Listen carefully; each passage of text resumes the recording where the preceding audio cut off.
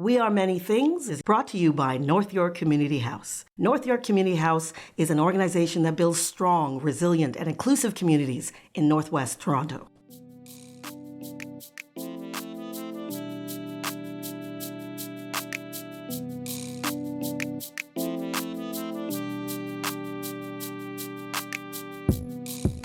Hello, my name is Sharron, and I am the host of the podcast, We Are Many Things. And this series is premised on the idea that communities are not monoliths, that they are an amalgam of shared and varied histories, traditions, languages, experiences, and so much more.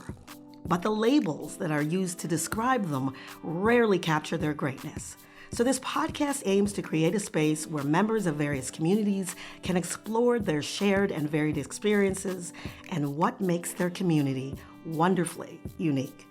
So this season, we'll be showcasing the richness and the diversity that can be found within the Black community.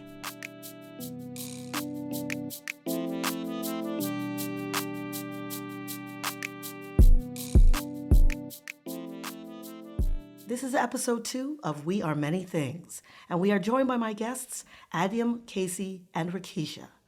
In this episode, we'll be sharing words of wisdom that were imparted to us by our loved ones, and how those ideas influenced how we live our lives.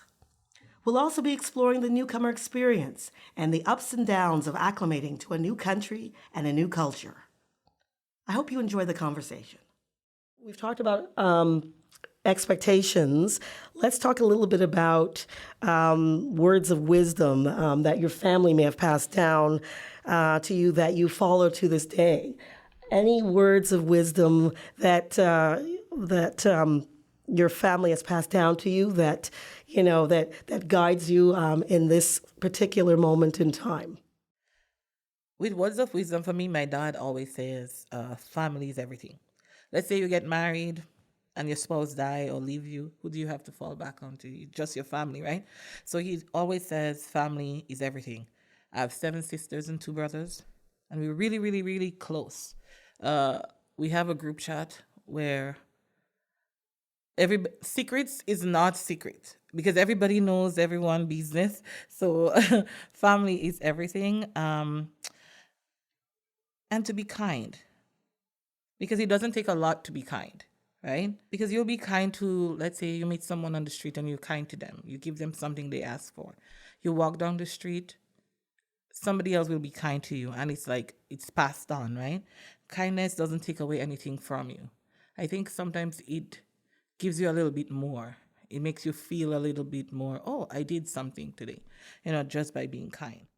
Yeah, I also think that being the best version of yourself, like reaching your goals, instilling humbleness, being grateful, steering away from the wrong direction, avoiding peer pressure, I think those are the wisdoms and teachings that my family has passed on to me.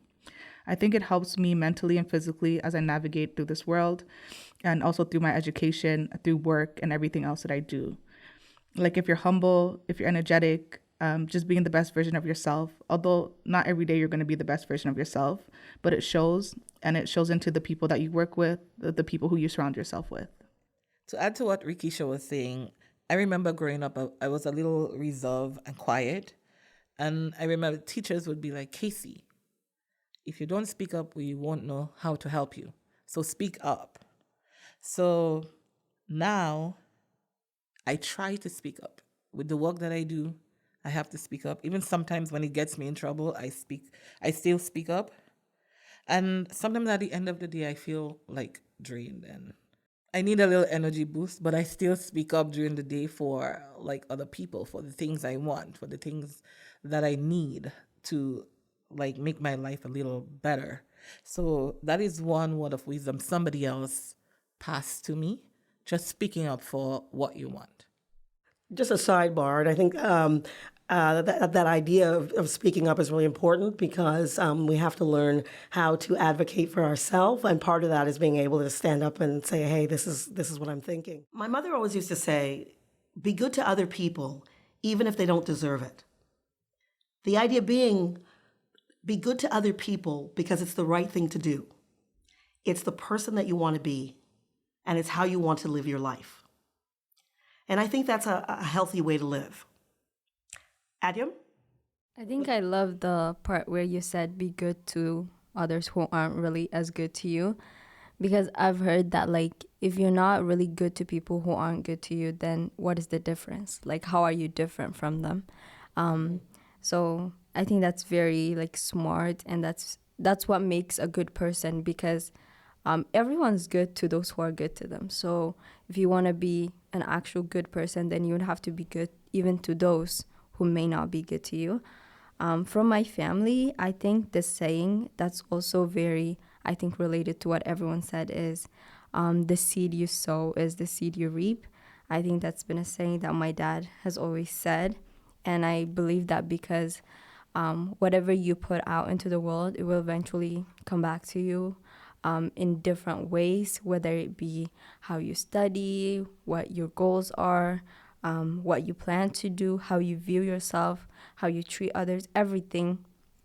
It's just a collective of things, and it will always come back to you. And if you do good, the good will come back to you. If you work hard and hard, it will also come back to you. Of course, there are some challenges, but in the end, I think the seed you sow is the seed you reap.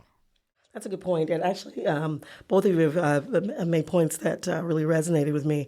My mother used to say also a similar thing, that you reap what you sow. And I think about that all the time. And I think it also sort of illustrates that the idea that we have a choice, and we have a choice on how we live our lives. And sometimes we forget that. We think that sometimes people feel like they're a leaf blowing in the wind, but really we do have a choice to decide how we want to live our life and what's important to us. So great points, everybody. So I guess for those of you who were not born in this country, was it difficult to acclimate to the culture? What were some of the hurdles that you may have had to get over? Any thoughts on that? Anyone who was born outside of the country? I don't think it was difficult to assimilate to the culture. I think because I have a strong cultural background coming from Grenada, we are all about culture and parties and celebration and togetherness and food. So I don't think that part was a struggle. It was more the weather, the community. Like, for example, walking down the street and saying hi to someone or good morning and them not responding. That was a challenge and a little hard to get over, because I even had a conversation with my aunt and she said, Casey, people don't do that here. So you just have to walk the street and go about your business. Like, it's a rat race where you go and nobody else around you matters, right? So that was a big challenge for me, because I'm an open morning, happy person, and like having somebody not respond to you, that was a challenge.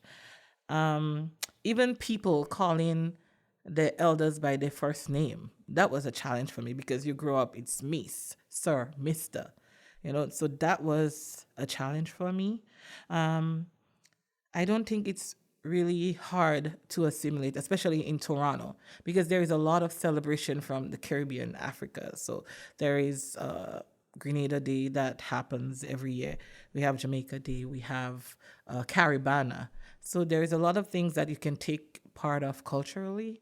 So I don't think, for me, it wasn't very hard to grow in this culture, to assimilate. Yeah. Well, thank you for that. Yeah. Adyam, what about you? I have a very different experience because it was tough. It was really hard when I first came, especially because it was like 2019, which was like when COVID started, like a few months after I arrived here. And it was really hard, actually, because I wanted to fit in, but I couldn't speak English. I really wanted to be a part of something, and I didn't feel like I was, because I also had to learn how to use the computer, online learning and stuff. So it was really hard. But my dad, he was here before us, before my family came, and he would always say this analogy or whatever, I don't know. But there was a priest at our church, and he was saying how there are different types of people when they come to Canada and how they react to the culture. So the first person would be like water and oil, where they came to Canada and they wouldn't really mix with the culture. They would be isolated. They would isolate themselves from the Canadian culture, and they would just be like their own culture from back home. And then the second person would be like water and salt, where they would just mix the Canadian culture. They just completely leave their culture behind, and they start kind of like a new life here without any involvement in their past culture. And the third person would be a person where the powdered drink mix, I don't know if you guys know that, and water, where it's like the water, you can still taste it, and there's like a new thing formed, and it's like that person is embracing their culture but also being a part of like the Canadian culture. So I have learned that I want to be a part of the Canadian culture, but I also want to embrace my culture because I am different from everyone else. Everyone is unique. And although it was tough, I think this helped me to realize that I don't have to completely lose my culture. I can still be me, but also a Canadian, I guess. I love that analogy. I absolutely love that analogy. And once again, it goes back to that idea that we have a choice, that we can choose to live our lives in a particular way. So there's a lot of common themes here. It's actually interesting. So I guess the common theme is, or what I'm hearing, is that an openness to learning and to experiencing this new culture, but also feeling confident enough and appreciative enough of your own culture to maintain that, as well. So it's that's very interesting. I was born here, so I have a slightly different experience. Rickysha, I know you were born here, but anything to add? Yeah, so being born here, I witnessed my parents create spaces for themselves, even to celebrate themselves with people who look like them, and then also encourage others to celebrate their diversity. Living in the Jane and Finch community, it was a really tight-knit community. There were so many people that looked like us and did not look like us, but we're also able to celebrate together. Also, just watching my parents basically try to blend in with the Canadian culture, with the food. For example, macaroni and cheese and poutine, they had their own little splash of it. We would have like macaroni and cheese or with oxtail. So seeing my parents trying to blend in and also being themselves, I see that they celebrate themselves within living in Canada. So I think it's really encouraged me as a person, as a worker, and then also as a mother to embrace that and accept diversity. I remember coming here, and what made me sad is like seeing people from different cultures come in and want to change the dynamic of the Canadian culture. Where Canadian culture is open to anything, open to anyone's experience, religion, beliefs. I think it makes me sad because we're accepting. We accept everybody to be open and fluid, and we respect the different things that make you who you are. But when you come to a space and wanting to change the whole dynamic or the way of life, I think that's where a problem happens, right? So that made me sad as a person who came in Canada to experience the Canadian culture. Because you're living in your country and you come to, let's say, Canada, and whether it's for like betterment, school, to improve your life or whatever, I want to be respectful of my culture, but also experience and celebrate the Canadian culture, How do I celebrate what makes Canada, Canada? So that made me a little sad. Sometimes when I see people wanting to change the whole Canadian system, that is a challenge for me. It makes me really sad because I want to experience all those things. That's an interesting point. I think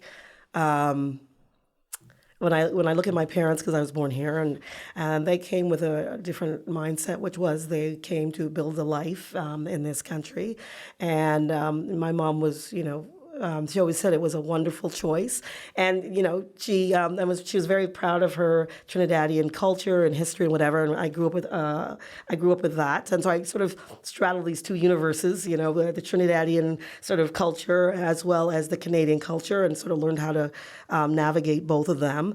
But they came to sort of to maintain their culture, but also be a part of the broader community. But I also think that I think Canadians also, which is really, really weird. I noticed that when you travel to other countries, as a Canadian, Canadians are really, really proud. And when you see another Canadian, it's like, hey, what's going on? And you're very excited and you're very proud to say you're Canadian. I think here it's a little bit more muted. We may still feel, very, proud of being Canadian, but it's a little bit more muted. And I think that we have to.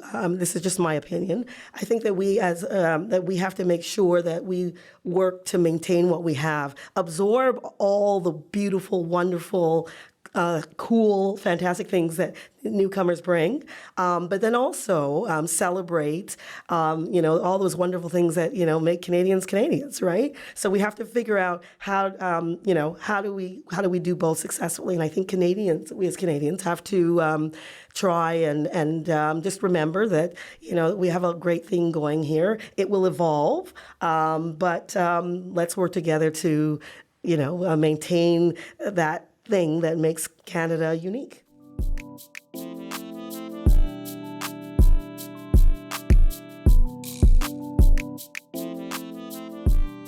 This podcast is brought to you by North York Community House.